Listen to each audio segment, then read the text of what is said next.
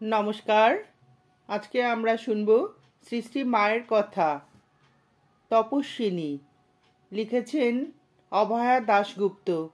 শ্রী শ্রী মা শারদার সমস্ত জীবনটাই ছিল তপস্যা।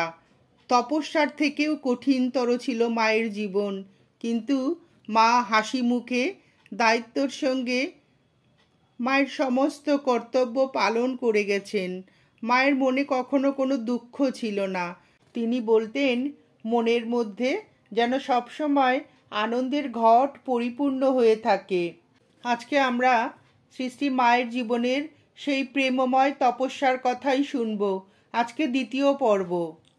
ঠাকুর শ্রীরামকৃষ্ণকে মা শারদা দেখেছেন সুস্থ, স্বাভাবিক, আনন্দময়, প্রেমময়, কিন্তু তার কানে ভেসে আসে নানা কথা।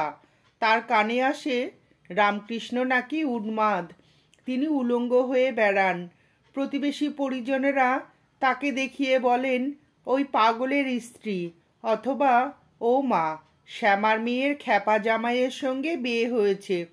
এইসব উক্তি মা শারদার মর্মে গিয়ে আঘাত করে।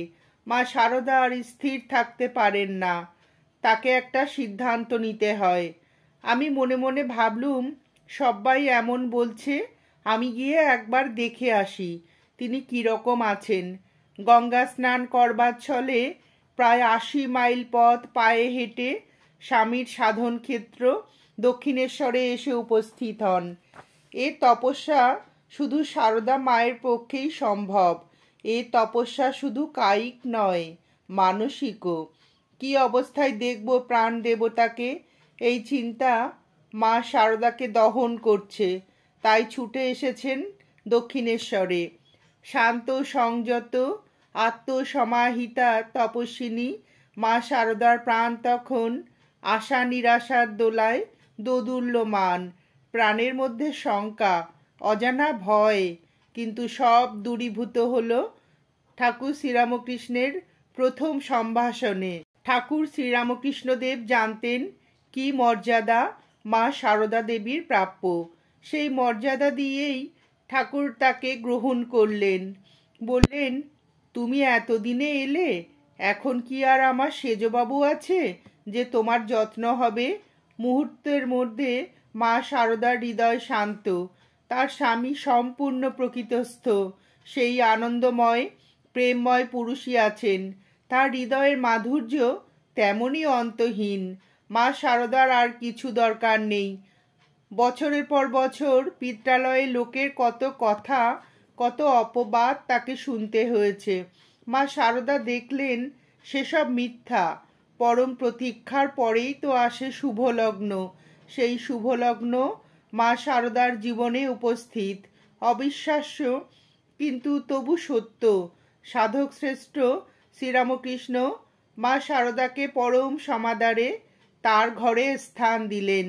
মা শারদার আর কোনো প্রার্থনা নেই। বহু পথ অতিক্রমের পর তীর্থযাত্রীর যাত্রা শেষ। বহু আকাঙ্ক্ষিত হৃদয়ের ধনকে পেলেন, যিনি নরোত্তম, যার সেবার মধ্য দিয়ে ঈশ্বরের আরাধনা জীবনের একমাত্র লক্ষ্য মা শারদার। এখন থেকে মা শারদার প্রতি পদক্ষেপ সেই লক্ষ্য অভিমুখী। মা শারদার তপস্যার আর এক অধ্যায় শুরু হলো। দক্ষিণেশ্বরে মা শারদার তপস্যা আরও কঠোর, আরও মহিমামণ্ডিত। এখানেই তার ত্যাগ ও সেবার পূর্ণ পরিণতি। সকলের অলক্ষ্যে নীরবে নিভৃতে তার 14 বছরের কঠোর তপস্যার কাহিনী স্বল্প জ্ঞাত, প্রায় অলিখিত। মা শারদা লোককল্যাণ রূপ জীবনব্রত নিয়ে এসেছিলেন বলেই এই সময়কার অগ্নি পরীক্ষায় জয়ী হতে পেরেছিলেন।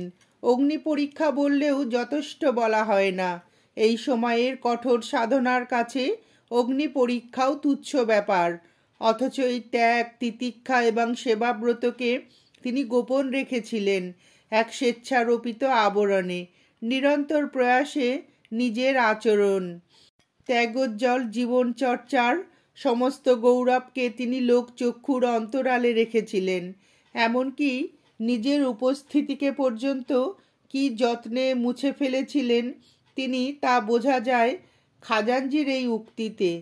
তিনি আছেন শুনেছি, কিন্তু কখনো দেখতে পাইনি। মা সারদা নিজেও বলেছেন, এত বছর ছিলুম, একদিনও কারো সামনে পড়িনি। এই আত্মবিলুপ্তি তপস্যা শ্রেষ্ঠ ফলশ্রুতি। সেবার আড়ালে এই আত্মবিলুপ্তি আত্মসাধনার ইতিহাসে বিরল। প্রথমবারে দক্ষিণেশ্বরে আসার পর মা সারদা স্বামীর এক কঠিন প্রশ্নের সম্মুখীন হন। ঠাকুর বললেন, কি গো, তুমি কি আমায় সংসার পথে টেনে নিতে এসেছ? লক্ষ্যে স্থিত সরলা পল্লীবালার সপ্রতিভ উত্তর, না, আমি তোমাকে সংসার পথে কেন টানতে যাব? তোমার ইষ্ট পথেই সাহায্য করতে এসেছি। এই তপস্বিনী সারদারই যোগ্য উত্তর। 18 বছর বয়সের সরলা পল্লীবালার এই উত্তরে ঠাকুর শ্রীরামকৃষ্ণদেব শুধু সন্তুষ্টই হলেন না, হলেন পরম নিশ্চিন্তীয়। এই উত্তর ইতিহাসে এক অসাধারণ ঘটনা। ঠাকুর শ্রীরামকৃষ্ণের সঙ্গে একই ঘরে একই শয্যায় মা সারদার 8 মাস কাটে। যিনি যত বড় শক্তির অধিকারী হন, দেহধারী মানুষরূপে পৃথিবীতে জন্মগ্রহণ করলে প্রত্যেককেই দেহের ন্যূনতম দাবিকে স্বীকার করতে হয়। দেহধারী ঠাকুর শ্রীরামকৃষ্ণকেও তা স্বীকার করতে হয়েছে। তিনিও ক্ষুধা তৃষ্ণা আদি ব্যাধির অধীন হয়েছেন, কিন্তু দেহের অন্যতম প্রধান দাবি কামকে যে তিনি জয় করতে সক্ষম হলেন, পরিণীতা পত্নীর সান্নিধ্য সত্ত্বেও তা জগতের ইতিহাসে তুলনারহিত ঘটনা, মনোবিজ্ঞানীর কাছে ব্যাখ্যাতীত। এই কামজয়ী পুরুষের সিদ্ধি সুবিদিত, কিন্তু এর মূল অন্বেষণ করতে গেলে দেখা যায় সেই অসম্মানা জিতেন্দ্রীয় নারী মা সারদার ঐকান্তিক সহযোগিতা। এই সময় প্রতি রাত্রে ঠাকুর শ্রীরামকৃষ্ণের গভীর সমাধিস্থ রূপ প্রত্যক্ষ করে মা সারদা মাঝে মাঝে ভীত হয়ে পড়তেন। অপূর্ব দিব্যভাবে ঠাকুর শ্রীরামকৃষ্ণ কখনো হাসি, কখনো কান্না, কখনো ভাবের ঘোরে ভবতারিণীর সঙ্গে নানা কথা, আবার কখনো বা গভীর সমাধিমগ্ন রূপ দেখে মা সারদা ভয়ে ভয়ে ভাবতেন কখন রাত শেষ হয়ে দিনের আলো ফুটে উঠবে। আবার কখনো মা সারদা নিজেই ভগবানের নাম শুনিয়ে ঠাকুর শ্রীরামকৃষ্ণদেবকে প্রকৃতস্থ করতে সক্ষম হতেন। এভাবেই সাধক শ্রীরামকৃষ্ণের অভূতপূর্ব সাধন যজ্ঞে তিনি ছিলেন নেপথ্য সহায়িকা। এই আত্মপরীক্ষার পর ঠাকুর শ্রীরামকৃষ্ণদেবকেও স্বীকার করতে হলো, ও মানে মা সারদা যদি এত ভালো না হতো, আত্মহারা হয়ে তখন আমাকে আক্রমণ করত, তাহলে আমার সংযমের বাঁধ ভেঙে দেহবুদ্ধি আসত কিনা কে বলতে পারে। তথাকথিত অশিক্ষিত গ্রামের এই বধূটি যে দুশ্চর সাধন বলে আত্মসংযমের এই শীর্ষবিন্দুতে উপনীত হতে পেরেছিলেন, সে সাধনার বিবরণ আমাদের জানা নেই। মা সারদার পূর্বোক্ত একটি মাত্র কথাতেই তার এই তপশ্চর্যা এবং তপসিদ্ধির কথা ঘোষিত। তোমার ইষ্টপথেই সাহায্য করতে এসেছি। ব্রতধারিণীর এই আত্মত্যাগের তুলনা মেলে না। দক্ষিণেশ্বরে মাস দেড়েক থাকবার পরেই ষোড়শী পূজা করলেন, ফলাহারিণী কালী পুজো রাত্রে। শ্রীরামকৃষ্ণের অন্তরে আজ অভিনব পূজার সংকল্প। সায়াহ্ন উত্তীর্ণ হল। নির্জন নিঃশব্দ রাত্রিতে মা সারদাকে পূজার বেদিতে বসিয়ে ঠাকুর শ্রীরামকৃষ্ণদেব মাতৃভাবেই ষোড়শী পুজো করেন। পূজক এবং পূজিতা উভয়ই দিব্যভাবে আবিষ্ট। ঠাকুর শ্রীরামকৃষ্ণের চোখে মা সারদা স্বয়ং মহামায়া, মূর্তিমতী জগৎ জননী। পূজক শ্রীরামকৃষ্ণের মুখে উচ্চারিত হল প্রার্থনা মন্ত্র। একাগ্র মনে করজোড়ে আহ্বান করলেন চিন্ময়ী অনাদি অনন্ত শক্তিকে মা সারদার দেহে। পূজ্যা মা সারদাও তদ্ভাবে ভাবিতা, তন্ময় ও সমাধিস্থা। যথাবিহিত পূজা শেষে মা সারদার চরণে অর্ঘ্য নিবেদন করলেন ঠাকুর শ্রীরামকৃষ্ণদেব। ভুল লুণ্ঠিত হলেন সেই আরাধ্যার চরণে। মানবী এবং দেবীর ভেদ মুছে যায় সেই মুহূর্তটিতে। মা সারদা এখন জগন্মাতা, তাই অকুণ্ঠ চিত্তে নিশ্চল প্রতিমার মতোই গ্রহণ করলেন যুগশ্রেষ্ঠ সাধকের পুজো ও প্রণাম। অবগুণ্ঠনবতীর অবগুণ্ঠনের আড়ালে যে শক্তি সঞ্চিত ছিল আজ তা উন্মোচিত। তাই ঠাকুর রামকৃষ্ণের এই পুজো তার প্রাপ্য। মানুষের সাধনার ইতিহাসে এই সিদ্ধির মুহূর্তটি চিরন্তন হয়ে রইল, অতুলনীয় হয়ে থাকলো এ ঘটনা। মা শারদা অপরের আলোকে দীপ্তিমান নন, দীপ্তি তার নিজস্ব। তাই ঠাকুর রামকৃষ্ণের দ্বারা এভাবে পূজিত হওয়ার পরেও আপন মহিমাকে প্রচ্ছন্ন রাখতে পেরেছেন সাধারণত্বের আবরণে, লোকশিক্ষার তাগিদে। মা শারদার অসীম আত্মসংযম, অপরিমেয় মানব প্রেম তাকে আত্মগোপনের আদর্শে অবিচলিত রেখেছিল। তাই বাইরের সাধারণ জীবনযাত্রায় কোনো পরিবর্তন নেই, আর সঙ্গে সঙ্গে চলে তার কঠিনতম তপশ্চর্যা। তার প্রয়োজন লোক শিক্ষা। ঠাকুর শ্রীরামকৃষ্ণ মা শারদার সাধন ভূমি এক, দক্ষিণেশ্বর, অথচ সাধনার প্রকৃতি পদ্ধতি পৃথক। সাধনার কালে ঠাকুর ঈশ্বরময়, জগৎকে ভুলেছেন, দেহকে ভুলেছেন, নিজেকে ভুলেছেন। রামকৃষ্ণের সাধনা স্পষ্ট, প্রচলিত অর্থে কঠিন, দুশ্চর, দুঃসাধ্য। কিন্তু মা শারদার ক্ষেত্রে দেখা যায় ভিন্ন ছবি। তিনি জগৎ জননী, তাই যেন জগৎকে ভোলেননি, জগতের মধ্যেই তার সাধনা। মা শারদা নিপুণ নিখুঁতভাবে সারা দিন জাগতিক কর্তব্য সম্পাদন করেন, সর্বদা কর্মব্যস্ত। এই নিরলস এবং নিরাসক্ত কর্তব্য সম্পাদনের আড়ালে কিন্তু তার মন নিরন্তর ঈশ্বর অভিমুখী। এ অতুলনীয় তপস্যা তার স্বভাবসিদ্ধ অবগুণ্ঠনে আবৃত, সকলের অগোচরে। একমাত্র সাক্ষী দক্ষিণেশ্বরের নহবতের একতলার ছোট ঘরটি, যেখানে দুশ্চর তপশ্চর্যার এক বিস্ময়কর অধ্যায় রচিত হয়। এই ক্ষুদ্র ঘরখানিতে মা শারদা তার তপস্যায় নিমগ্ন। এই তপস্যায় কাটে তার জীবনের 14 বছর। ঊনবিংশ শতাব্দীর নবজাগরণের ইতিহাসে দক্ষিণেশ্বর মন্দির প্রাঙ্গণের বিশেষ ভূমিকা অনস্বীকার্য। বহু বিশিষ্ট জ্ঞানীগুণী পণ্ডিত ব্যক্তি ঠাকুর শ্রীরামকৃষ্ণদেবের কাছে আসেন, আলোচনা এবং তর্কে প্রবৃত্ত হন। অহরহ নানা ভাব বিনিময় চলে। ঠাকুর শ্রীরামকৃষ্ণের অলৌকিক অসামান্য প্রতিভার কাছে সকলে শ্রদ্ধায় মাথা নত করেন। এভাবে ঊনবিংশ শতাব্দীর সংঘাত বিরোধের দিনে দক্ষিণেশ্বর প্রাঙ্গণ হয়ে ওঠে সমকালের বহু মত ও পথের সঙ্গম স্থল। ঠাকুর শ্রীরামকৃষ্ণ যেখানে স্থিত হয়ে সব মানুষকে আহ্বান জানাচ্ছেন, পথের নির্দেশ দিচ্ছেন, তার অন্তরালে আছেন চিরতপস্বিনী মা শারদা। কীরকম আড়ালে থেকে কত গোপনে মা শারদা শ্রীরামকৃষ্ণের সেবারত থেকেছেন তা আমাদের ধারণা করাও সম্ভব হয় না। নহবতের একতলায় তার ছোট্ট ঘরখানি দরমা দিয়ে ঘেরা, তার মধ্যেই দৈনন্দিন প্রয়োজনের যাবতীয় জিনিসপত্র, তার মধ্যেই রান্না, খাওয়া, থাকা সব। কখনোই একই ঘরে থাকেন গোলাপ, গৌরীদাসী, কখনো বা অন্য মেয়ে ভক্তরা। দোতলার ঘরে আছেন মায়ের শাশুড়ি মা। প্রতিদিনের রান্নাই অনেক, ঠাকুরের জন্য আলাদা রান্না, ভক্তদের জন্য আলাদা রান্না, আবার এক একজন ভক্তের জন্য এক এক রকম রান্না। যে কোনো সময় যে কোনো রান্নার ফরমাশ আসে। দিন রাত রান্নাই কত হয়, 3-4 সের ময়দার রুটি হয়। মা শারদা অবিচল ধরিত্রীর মতো নিঃশব্দে সানন্দে সব কাজ করেন। এই সব কিছুর ওপর আছে শাশুড়ি মায়ের সেবা। সযত্নে পরম ভক্তিতে মা শারদা সে কাজ সম্পন্ন করেন। বাইরে যাওয়ার উপায় নেই, তাই রাতের অন্ধকারে একবার বাইরে গিয়ে দৈনন্দিন আবশ্যিক কৃত্যাদি তাকে সম্পন্ন করতে হয়।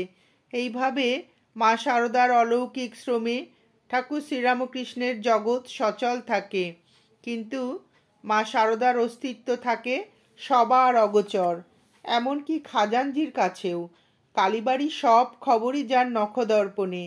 মা শারদার নিজের কথায় এই সময়কার সুন্দর ছবি পাওয়া যায়।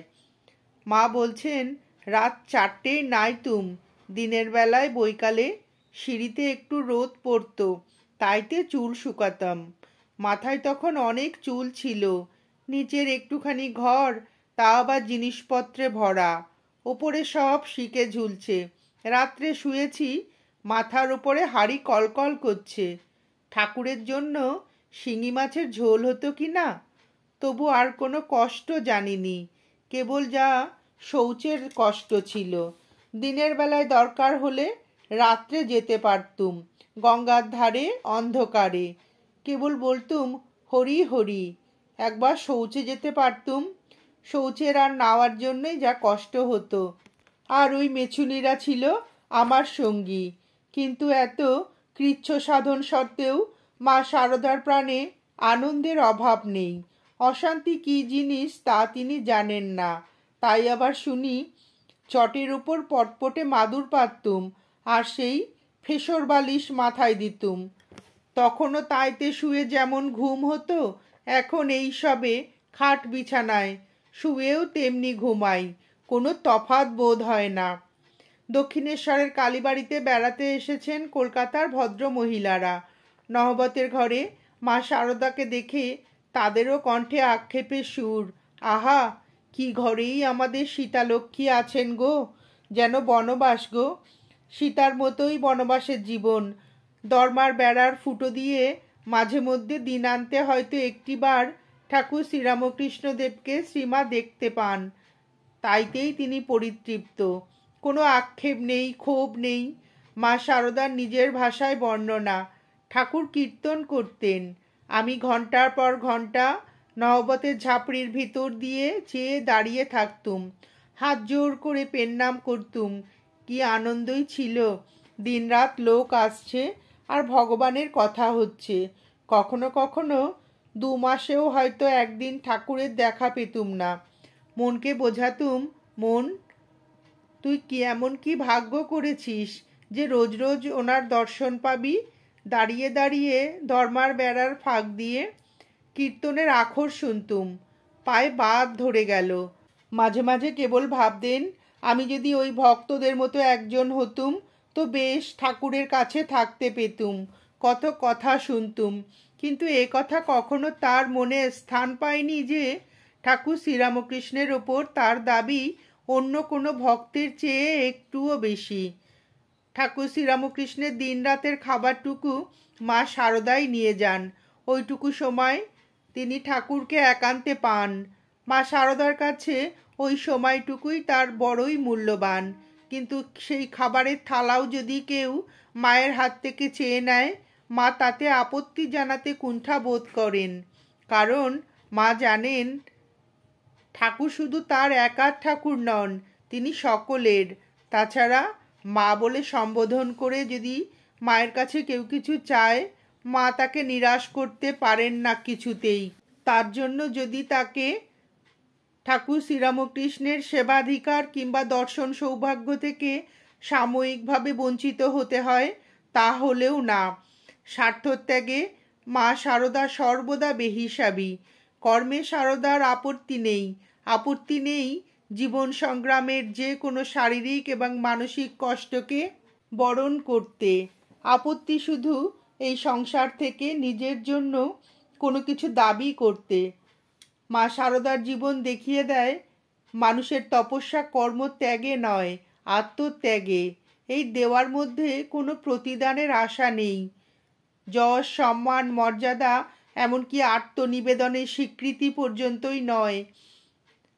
নিজের সুখ, নিজের স্বাচ্ছন্দ্য ও অধিকারকে সবার শেষে সরিয়ে রাখবার মধ্যেই তার আনন্দ। এই সাধনা অলৌকিক ত্যাগের সাধনা, দিব্য প্রেমের সাধনা। প্রেম যখন অন্তর থেকে বাসনাকে ত্যাগ করতে পারে, অহংয়ের শাসন পরিপূর্ণভাবে অতিক্রম করতে পারে, তখন যা লাভ করা যায় তা এক অনির্বচনীয় আনন্দ। তাই দক্ষিণেশ্বরের ওই দিনগুলির কথা স্মরণ করে পরে মা বলতেন, আমি তো মা, তখন অশান্তি কেমন জানতুম না। বলতেন, কি আনন্দেই ছিলুম, কত রকমের লোকই তার কাছে আসতো। দক্ষিণেশ্বরে যেন আনন্দের হাট বাজার বসে যেত। বলতেন তার সেবার জন্য কোনো কষ্টই গায়ে লাগতো না। কোথা দিয়ে যে আনন্দে দিন কেটে যেত। শ্রী শ্রী মায়ের সমস্ত জীবনই ছিল সাধনায় ভরা। তিনি ছিলেন ক্ষমারূপ তপস্বিনী। শ্রী শ্রী মায়ের জীবনের এই সুন্দর অমৃত কথা শুনে আপনাদের যদি ভিডিওটি ভালো লেগে থাকে তাহলে একটি লাইক করবেন এবং চ্যানেলটিকে সাবস্ক্রাইব করে পাশে থাকবেন।